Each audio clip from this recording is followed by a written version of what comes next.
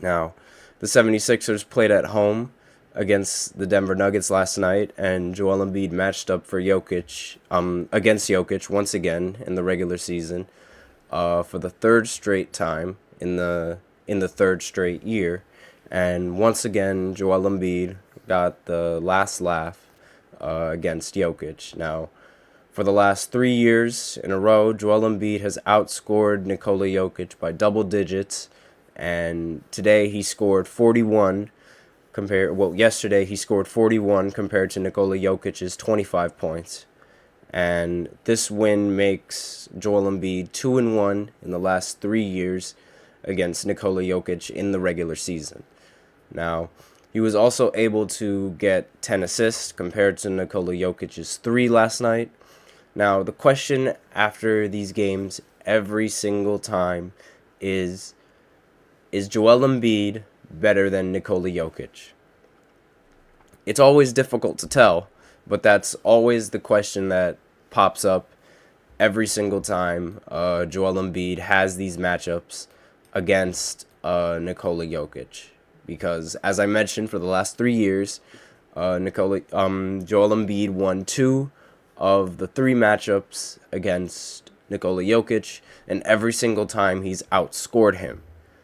And now, obviously, Jokic has had a better career as opposed to Joel Embiid, since Nikola Jokic is a 2-time MVP and an NBA Finals MVP, whereas Joel Embiid has only 1 MVP on his resume and has a reputation of being unable to make it past the second round. We have somebody in the chat, Crucial PG. He's got a question wondering about this mock trade scenario. Okay. Joel Embiid could go to the Lakers for Christian Wood, D'Angelo Russell, Cam Reddish, and a first-round pick. Me personally, I do not think the 76ers will trade away their best player, and I do not think for such little value. If they are going to make a trade, then they would have to include a couple more firsts. I don't think the Sixers would ever consider this trade, because not only that, they don't get a center in return. If they got Anthony Davis, then maybe, but later on in the second segment, I'll go on and talk about certain other trade scenarios that might be more likely to happen, and other trade scenarios that I personally do not think would happen, but obviously they're just rumors. Crucial PG also responded back in the chat. He thought it wasn't a good trade either. He thought it was silly. His friend Connor thought that would be a nice trade. Yeah, well, you might need to tell your friend Connor to reconsider your trade ideas, because that's a really low value. It's not a good trade in my opinion. Now, back to the conversation of having Embiid ranked over Jokic, considering the last matchup.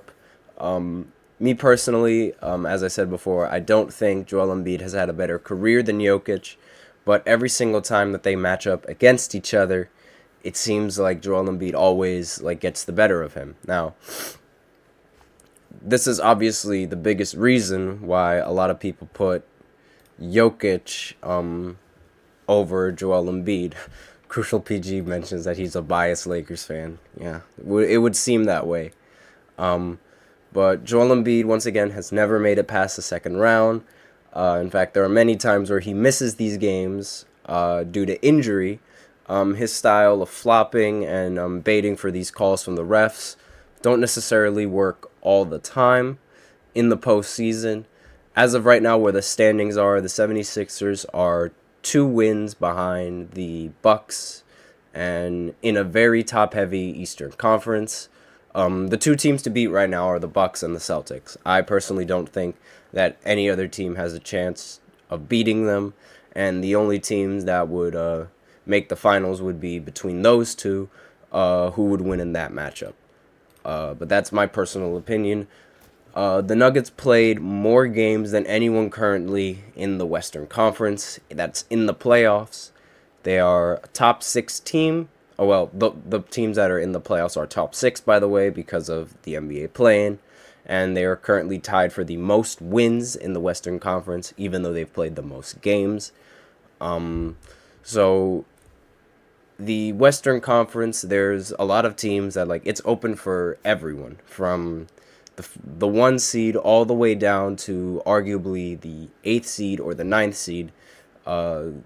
It's up for grabs. But for the Eastern Conference, it's a little bit easier for Joel Embiid to make it past the first round because of how top heavy it is.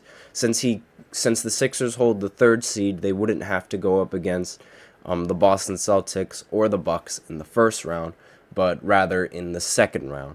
So depending on how the standings go, the Heat could be a potential team that goes against the 76ers. But with the standings and how they are right now, the Sixers are looking to be matched up against the Indiana Pacers. I personally think that the Pacers do not have a center that's competent enough to guard Embiid, and I think Tyrese Halliburton would find it a little bit difficult to score on Tyrese Maxey, or at least outscore Tyrese Maxey. He's a decent defender, and he also provides enough offensively to be able to score as many points as Halliburton. So I feel like that's a matchup going into the playoffs they would be happy with. However, once they move on into assuming the seedings do change, they could meet the Knicks in the first round, and the Knicks, again, are another team that don't necessarily have the matchups needed in order to stop Joel Embiid.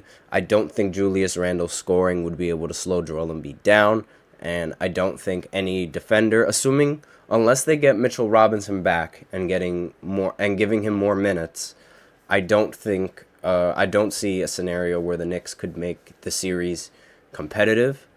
So the real question is if Joel Embiid can make it past the first round, make it to the second round and make it past the second round and meet up against the Boston Celtics or the Bucks, depending on if the seedings change, in the conference finals. And depending on where that goes from there will depend on and depending on where Jokic ends up in the playoffs as well, that will definitely determine the rankings and which of them is definitely better, because Giannis Antetokounmpo has already proven himself as a championship. Crucial PG in the chat said Joel Embiid is going to have his yearly meltdown against the Celtics. Well, if they do go up against the Celtics, yeah, that's probably what happens. The Boston Celtics, notoriously, they've owned him for the previous years. And not only that, but the Bucks, they also have a really good matchup with Giannis Antetokounmpo. If they do match up against the Bucks, Giannis is a really elite defender, and he could also prove competent enough to be able to hold Joel Embiid down and be able to guard him, and maybe he'll be able to answer and have more points than Joel Embiid on the other side of the floor. But we're running a little low on time, so I